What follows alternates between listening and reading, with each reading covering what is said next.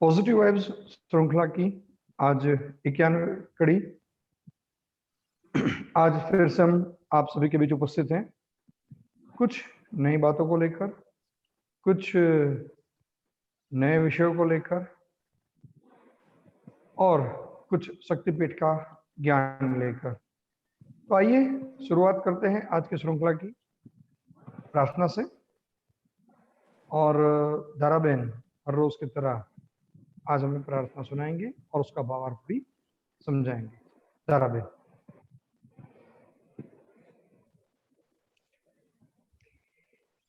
नमोस्तु नालीकनिपाननाये, नमोस्तु दुग्धोदधिजन्मभूते, नमोस्तु सोमामृतसौन्दराये, नमोस्तु नारायणवल्लभाय, संपत्कराणि सकलेन्द्रिययन्दनानि, साम्राज्यदान विभवानि सरोरुहाक्षी, त्वद्वन्दनानि दुरिताहरणोद्यतानि, मामेव मातरनिशं कलयन्तु मान्ये। अर्थात कमल वंदना कमला को नमस्कार है, क्षीर सिंधु सभ्यता श्री देवी को नमस्कार है, चंद्रमा और सुधा की सगी बहन को नमस्कार है, भगवान नारायण की वल्लभा को नमस्कार है। कमल के समान नेत्रों वाली आदरणीय माते, आपके चरणों में किए गए प्रणाम। संपत्ति प्रदान करने वाले हो, संपूर्ण इंद्रियों को आनंद देने वाले हो, साम्राज्य देने में समर्थ और पापों को हर लेने के लिए सर्वथा उद्यत है। मुझे आपकी चरण वंदना का शुभ अवसर सदा प्राप्त रहे। अस्तु। बहुत बहुत धन्यवाद धाराबेन। कनकधारा स्तोत्र के आगे श्लोकों का आपने पठन किया। बहुत सारे विषय इस 3 श्लोक में भी आ गए। इंद्रियों के विषय आ गया, पापों का विषय आ गया, ऐसे बहुत सारे छोटे छोटे विषय थे। अगर सूक्ष्मता से उसको सुनते हैं तो बहुत अच्छा ज्ञान हमें प्रदान करते हैं। तो आगे चलते हैं श्रृंखला में।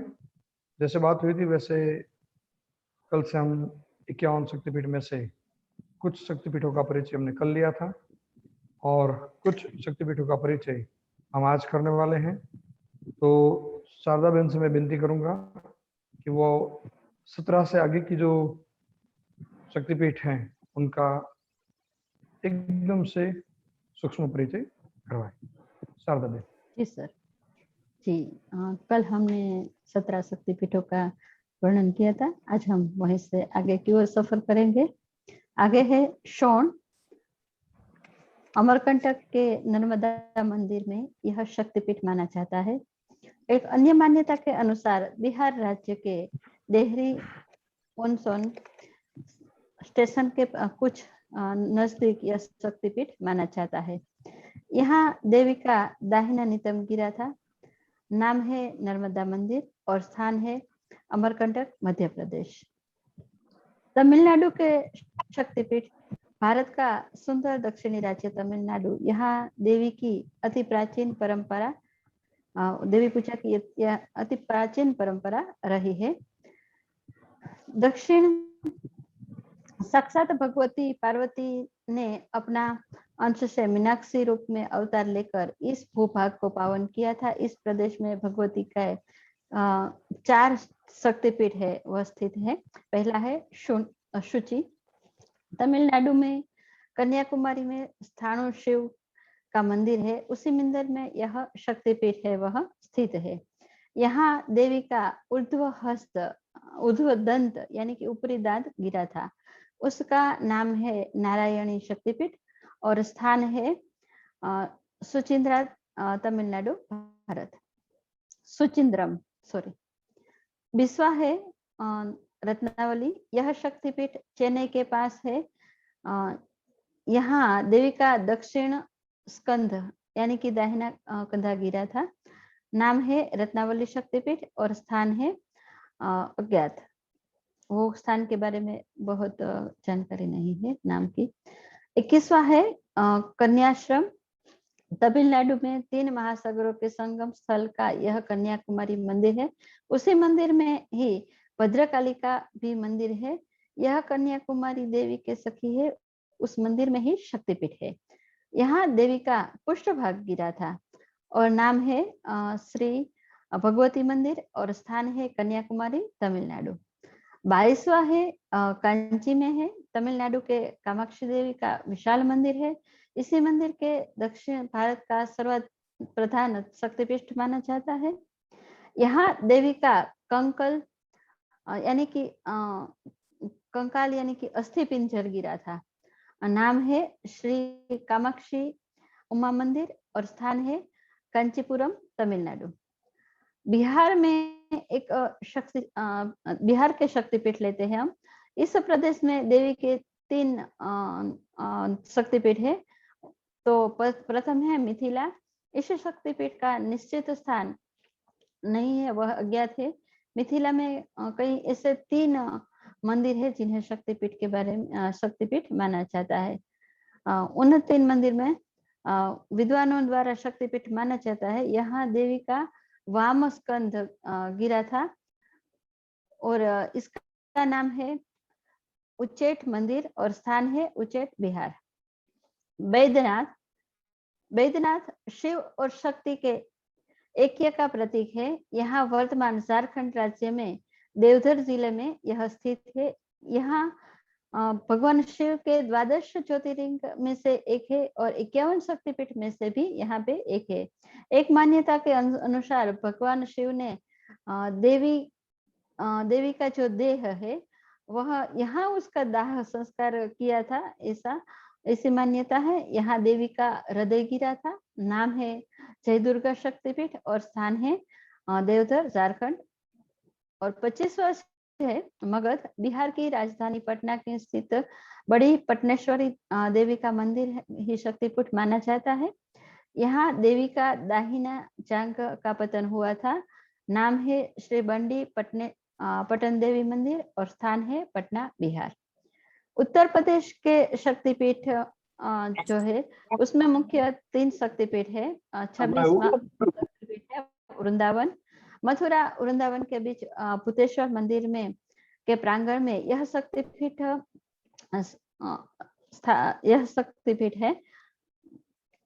यहाँ देवी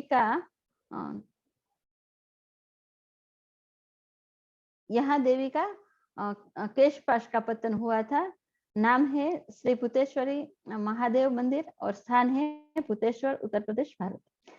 27वां है वाराणसी। वाराणसी के मीर घाट पर धर्मेश्वर महादेव का मंदिर है और यहाँ भगवान विश्वनाथ विश्राम करते हुए और सांसारिक कष्टों से पीड़ित मनुष्य को यहाँ विश्रांति देते हैं। यहाँ देवी की दाहिना कर्ण गिरा था और इसका नाम है श्री विशालाक्षी मंदिर। स्थान है वाराणसी, उत्तर प्रदेश। 28वां है प्रयाग। अक्षयवट के निकट ललिता देवी का मंदिर है। कुछ विद्वान इसे शक्तिपीठ मानते हैं, कुछ विद्वान अलोपी माता के मंदिर के स्थान को शक्तिपीठ मानते हैं। एक मान्यता के अनुसार मीरापुर में ललिता देवी का शक्तिपीठ है। यहाँ देवी का हाथ की उंगलियां गिरी थी और नाम है अलोपी देवी मंदिर। स्थान है प्रयागराज, उत्तर प्रदेश। राजस्थान में जो शक्तिपीठ है यहाँ पे मूलभूत रूप से 2 शक्तिपीठ है। तो 29वां शक्तिपीठ है माणिवेदिका। राजस्थान में पुष्कर सरोवर के एक ओर पार्वती की चोटी है और दूसरी ओर सावित्री देवी का मंदिर है। उसी सावित्री देवी के तेजोमयी प्रतिमा और दूसरी ओर पहाड़ी की चोटी में गायत्री मंदिर है। यहाँ शक्तिपीठ है। यहाँ देवी का मणिबंध यानी कि कलाई का जो गहना होता है वह गिरा था और नाम है गायत्री शक्तिपीठ और स्थान है पुष्कर, राजस्थान। तीसरा है विराटनगर में यह शक्तिपीठ है। यहाँ देवी का दाहिना पैर की अंगुली गिरी थी। नाम है अंबिका शक्तिपीठ और स्थान है विराटनगर, राजस्थान। गुजरात के जो शक्तिपीठ है उसमें इस प्रदेश गुजरात का शक्तिपीठ है। यहाँ आशापुरा और अभय माता, सुंदरी, खोडियार माता आदि देवी के स्वरूप में यहाँ पे पूछे जाते हैं। और गुजरात में एक शक्तिपीठ है, वह है प्रभास में। गुजरात में गिरनार पर्वत के शिखर पर भी देवी अंबिका का विशाल मंदिर है। मान्यता के अनुसार यहाँ स्वयं जगन पार्वती हिमालय से आकर यहाँ निवास करती थी। और इस जो मंदिर में शक्तिपीठ जो है पुष्कर में, यहाँ देवी का ऊर्ध्व भाग गिरा था। नाम है श्री आरासुरी अंबिका मंदिर और स्थान है अंबाजी, गुजरात। आंध्र प्रदेश के जो शक्तिपीठ है वह 51 शक्तिपीठ में से 2 शक्तिपीठ यहाँ पे स्थित है। 32वां शक्तिपीठ है गोदावरी तट, आंध्र प्रदेश में गोदावरी तट पर कोटिलिंगेश्वर महादेव में यह शक्तिपीठ स्थित है। यहाँ देवी का बायां गला गिरा था। नाम है उमरकोटेश्वर स्वामी मंदिर और स्थान है राजमुंद्री, आंध्र प्रदेश। 33वां है श्रीशैल। श्रीशैल में भगवान शंकर के द्वारा 12 ज्योतिर्लिंगों में से एक मल्लिकार्जुन ज्योतिर्लिंग भी यहाँ पे स्थित है। यहाँ देवी का मंदिर है। यह मंदिर को शक्तिपीठ माना जाता है। यहाँ देवी के ग्रीवा यानी कि गर्दन का पतन हुआ था। नाम है श्री भ्रमरांबा शक्तिपीठ और स्थान है श्री शैलम, आंध्र प्रदेश। महाराष्ट्र के शक्तिपीठ है। यहाँ 2 शक्तिपीठ है। पहला है करबीर। यहाँ एक लक्ष्मी मंदिर है, शक्तिपीठ माना जाता है। देवी के 3 नेत्र यहाँ गिरे थे और नाम है श्री महालक्ष्मी मंदिर, स्थान है कोल्हापुर, महाराष्ट्र। 35वां है जनस्थान। नासिक के पास पंचवटी में स्थित महाकाली मंदिर है। यहाँ शक्तिपीठ के रूप में माना जाता है। यहाँ देवी की ठुड्डी गिरी थी। नाम है सप्तशृंगी देवी मंदिर, स्थान है सप्तशृंगी, महाराष्ट्र। तो ये आज हमने 35 शक्तिपीठों के बारे में जानकारी दी। धन्यवाद। बहुत बहुत धन्यवाद शारदा बेन। आपने शक्तिपीठों का जो दूसरा चरण है वो भी आज कंप्लीट किया। आगे चलते हैं श्रृंखला में भगवद गीता ज्ञान की तरफ, और अनीता बहन हमारे साथ जुड़े हुए हैं। तो 6ठे अध्याय को कंटिन्यू रखते हुए कौन से श्लोक आप सुनाएंगे, ये बता के श्लोक का पठन करें। अनीता बहन। हरिओम। आज हम अध्याय 6 आत्म संयम योग से 3 श्लोकों का पठन करेंगे और उनके भावार्थ समझने का प्रयास करेंगे। वो 3 श्लोक है, श्लोक नंबर 43, 44 और 45। कल के एपिसोड में हमने देखा था कि भगवान कहते हैं कि कोई योग भ्रष्ट हुआ व्यक्ति जिसका नाश नहीं होता, उसका अपनी इच्छाओं को पूर्ण करने के लिए पुनर्जन्म होता है। तो अब आइए आगे जानते हैं। आगे के 3 श्लोकों में भगवान कहते हैं किस तरह से उसका पुनर्जन्म होता है और उस पुनर्जन्म के बाद किस तरह से वह फिर परम गति को प्राप्त करता है। तो आइए जानते हैं और पठन करते हैं और तीनों श्लोकों का भावार्थ समझते हैं।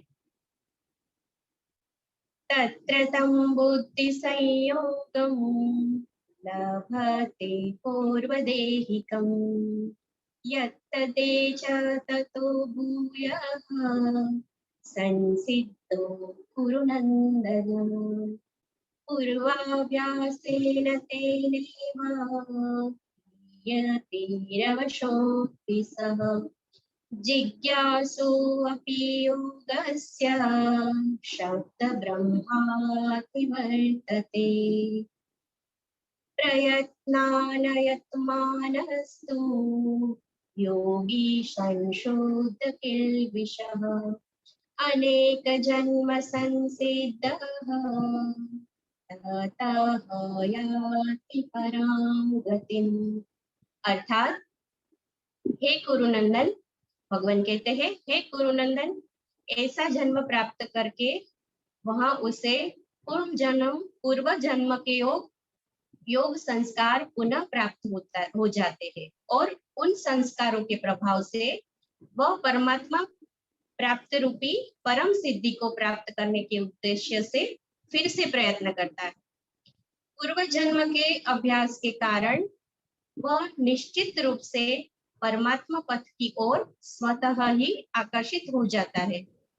ऐसा योगी समस्त पाप कर्मों से शुद्ध होकर अनेक जन्मों के कठिन अभ्यास से इस जन्म में प्रयत्न करते हुए परम सिद्धि को प्राप्त करने के पश्चात परम गति को प्राप्त कर लेता है।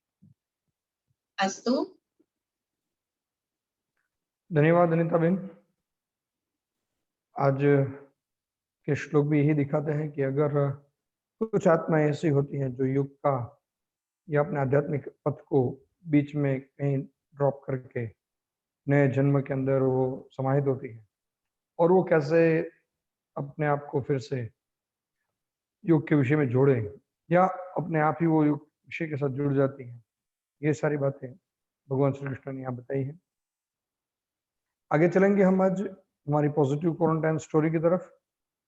आज के हमारे मेहमान है किरीट भाई मोलिया और वो अपनी क्वारंटाइन स्टोरी में सुनाने वाले हैं। तो वो उनकी क्वारंटाइन स्टोरी सुनाए उससे पहले मैं अमी बहन से कहूँगा कि वो उनका परिचय करवाएं और उनके बाद वही किरीट भाई को स्टोरी के लिए आमंत्रित करें। अमी बहन। पॉजिटिव वाइब्स की आज की श्रृंखला में आज हमारे साथ है श्री किरीट भाई मोलिया, जो कि एक बिजनेसमैन है। पूजा टेक्नोकास्ट नाम से अपना व्यवसाय चला रहे। बिजी शेड्यूल होने के बावजूद भी उन्होंने अपनी बात कहने के लिए खुशी खुशी अपनी सहमति दे दी। काफी व्यस्त रहते हैं, लेकिन स्वभाव से वह डाउन टू अर्थ है, सॉफ्ट स्पोकन है।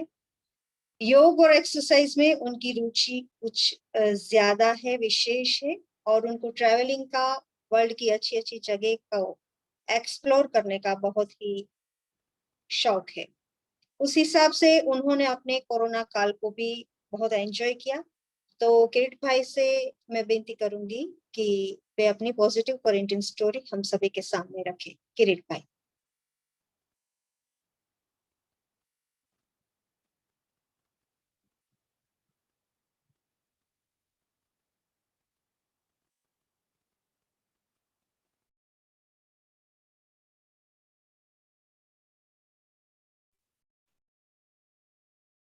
किरीट भाई अभी अनम्यूट भी नहीं हुए हैं और उनका शायद वीडियो भी ऑफ है।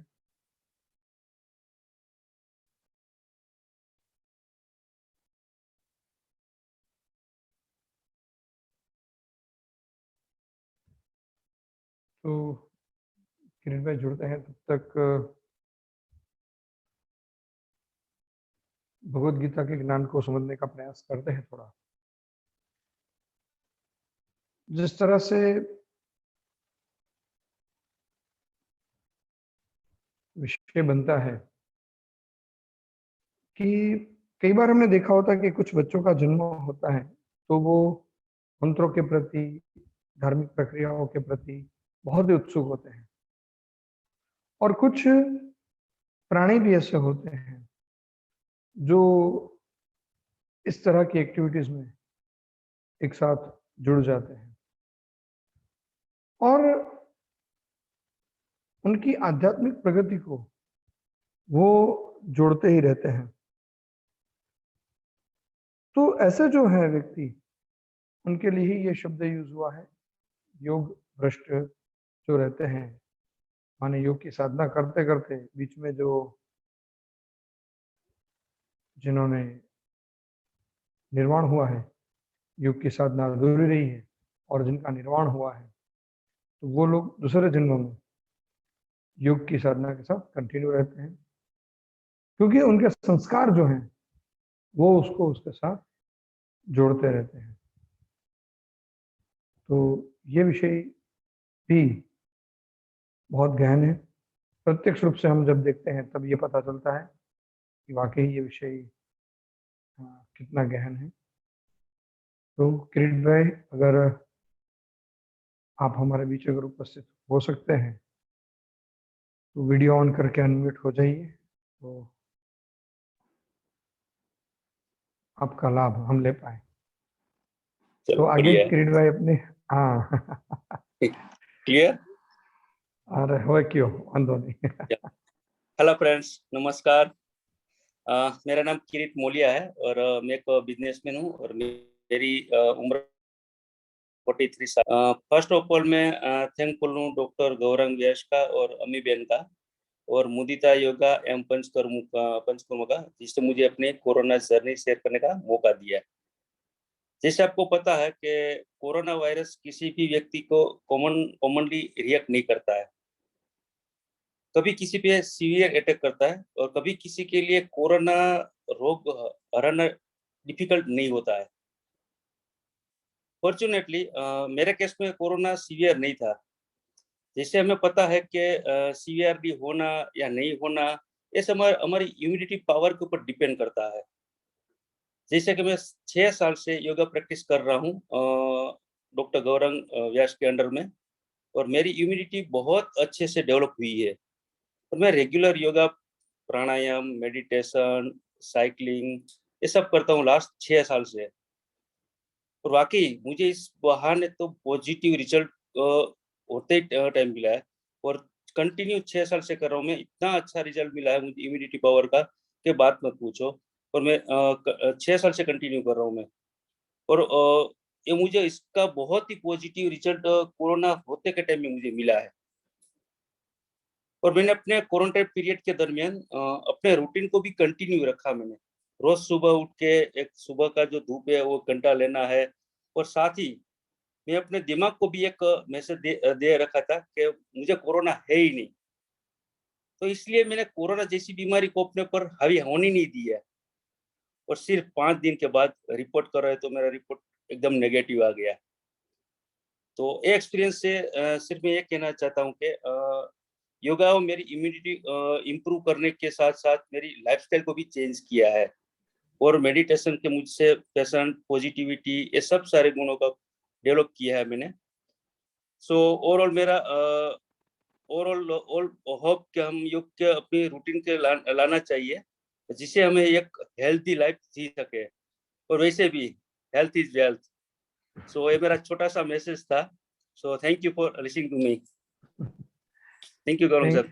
थैंक यू किरीट भाई। और साथ ही साथ उन्होंने एक विषय नहीं जोड़ा है, वो मैं जोड़ देता हूँ कि जो पोस्ट कोविड कॉम्प्लिकेशंस है, खास करके पोस्ट कोविड में जो रिकवरी करने का जो समय सबको लगता है, वो समय भी किरीट भाई के अंदर बहुत ही कम था। जैसे पॉजिटिव आने के दिन भी कम थे, उसी तरह से पोस्ट कोविड उनकी नेचुरल योग प्रैक्टिस में आने में उनको ज्यादा समय नहीं लगा था। ये एक भी उनमें जो योग प्रैक्टिसेस का जो विषय है वो उसमें देखने को मिला था। तो बहुत बहुत धन्यवाद किरीट भाई, आप हमारे साथ जुड़े और थैंक आपका यू सर। क्वारंटाइन स्टोरी हमने आज सुनी। बहुत बहुत धन्यवाद। Thank you. ओके, तो आगे चलते हैं हम श्रृंखला के अगले पड़ाव में। फिर से अम्मी बहन के पास जाएंगे और कहेंगे कि कुछ एक कौन सी मोरल स्टोरी आज हमारे लिए साझा होने वाली है। तो अम्मी बहन। जी, एक बहुत समय पहले की बात। एक सेठ था, उसके वहां एक आदमी काम कर रहा था और सेठ को उस व्यक्ति पर बहुत ही विश्वास था। जब भी कोई भी जरूरी काम होता तो सेठ उनको ही कहते कि भाई ये काम मुझे करना है, और वो काम हो जाता था। वो व्यक्ति था जो काम कर रहा था, वो भगवान का बहुत बड़ा भक्त था और सदा भगवान के चिंतन, भजन, कीर्तन, स्मरण में ही लगा रहता था। एक दिन उस आदमी ने अपने सेठ से कहा कि सेठ जी, मुझे छुट्टी चाहिए, मुझे यात्रा पर जाना है, मुझे जगन्नाथपुरी जाना है। तो सेठ ने खुशी खुशी उन्हें छुट्टी दे दी कि भाई मैं तो हमेशा व्यापार में व्यस्त रहता हूँ, मुझसे तो वहां जाया नहीं जाएगा, लेकिन तू अगर जाना चाहता है तो तू जा, कोई बात नहीं। और उन्हें सेठ जी ने 100 रुपीज 100 रुपये दिए कि मेरी तरफ से भगवान जगन्नाथ जी के चरणों में ये 100 रुपये समर्पित कर देना। और वो आदमी था, वो भक्त से 100 रुपये लेकर जगन्नाथ जी की ओर निकल पड़ा। कई दिनों तक पैदल यात्रा करने के बाद वह जगन्नाथपुरी पहुंचता है। मंदिर की ओर प्रस्थान करते वक्त उसने रास्ते में देखा कि बहुत सारे संत भक्त वैष्णवजन हरि नाम का संकीर्तन करते हुए बड़े मस्ती से नाच रहे हैं, गा रहे हैं, और उन सभी की आंखों से अश्रुधारा बह रही है।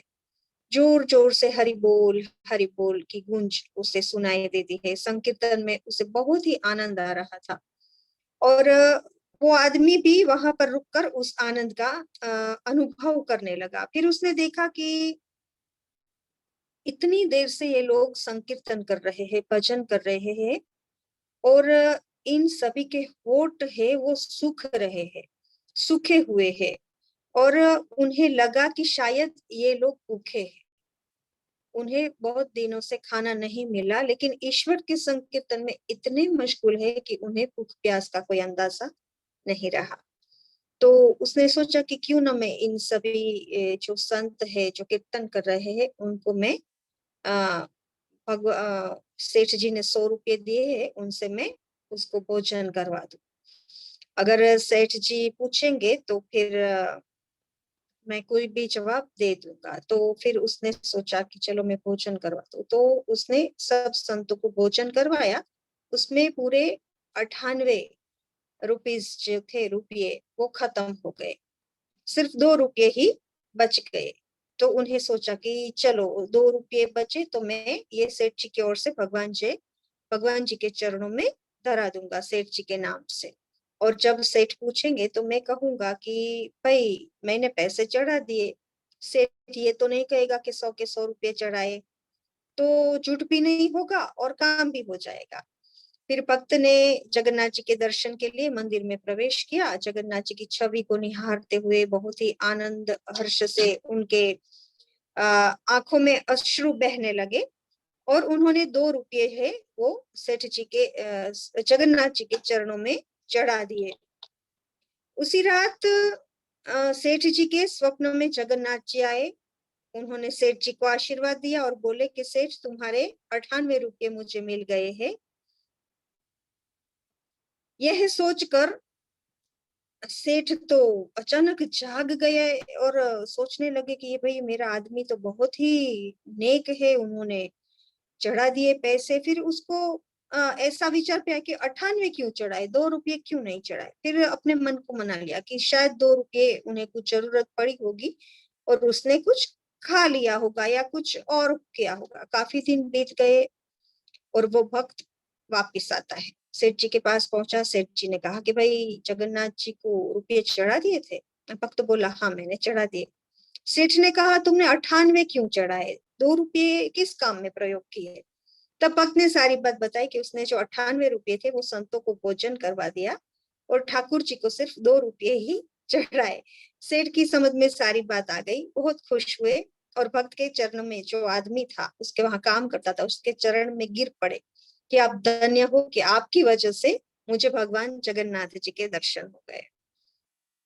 तो यहाँ पर हम ये बात फिर से एक बार यही बात आती है कि भगवान को हमारे धन की आवश्यकता नहीं होती। भगवान ने वह 98 रुपये स्वीकार किए जो जीव मात्र की सेवा के खर्च में किए गए, और जो 2 रुपये है उनका कोई महत्व ही नहीं जो उनके चरणों में चढ़ाए गए।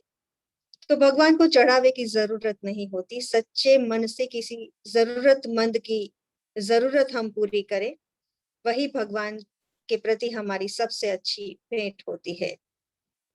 हरि बोल, जय जगन्नाथ। धन्यवाद अमी बहन। और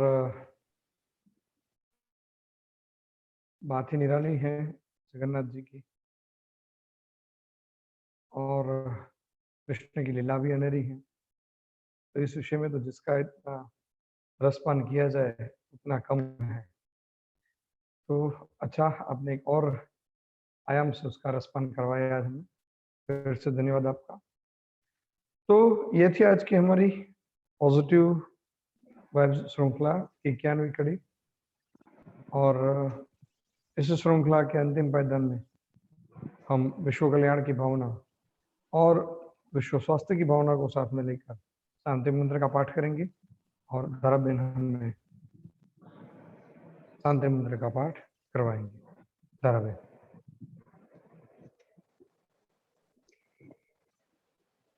ओम सर्वे भवन्तु सुखिनः, सर्वे सन्तु निरामयाः, सर्वे भद्राणि पश्यन्तु, मा कश्चित् दुःखभाग् भवेत्।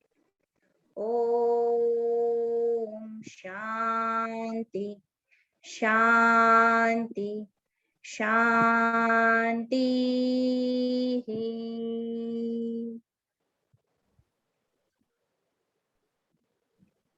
कल रात 9:30 बजे फिर से हम आपके बीच उपस्थित होंगे, नई सकारात्मक बातें लेकर, नए विचार लेकर, नई स्टोरी लेकर।